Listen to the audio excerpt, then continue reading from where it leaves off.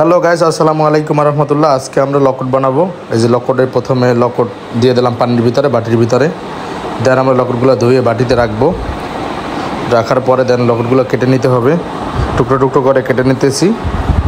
কেটে নেওয়ার পরে আমরা এখন এই যে মরিচ ভাঙতেছি। দেন এই যে তেঁতুল কষলাইতেছি, তেঁতুলগুলো আর কি গুলে নিতে হবে। দেন আমরা এই লবণ দিয়ে মরিচগুলো ভালো করে ডলে নিতে হবে।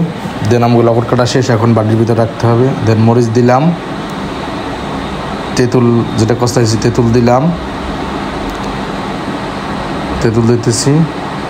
দেন এখন আমরা লেবু দিব, দিব এই মরিচ দিব, চিনি দিব, লবণ দিব, দেন বিট লবণও দিব একটু।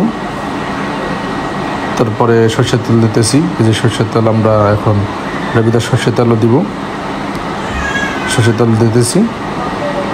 এই যে সরষের তেল দেওয়া আমাদের শেষ। এখন আমরা এটাকে ভালো করে ঢুকে আটকে বাটিটা জাক্কাই নিতে হবে, ভালো করে জাক্কাই নিতে হবে যেন সব জায়গায় মিশে যায়, সব জায়গা যেন লাগে। আমাদের জাক্কানো প্রায় শেষ।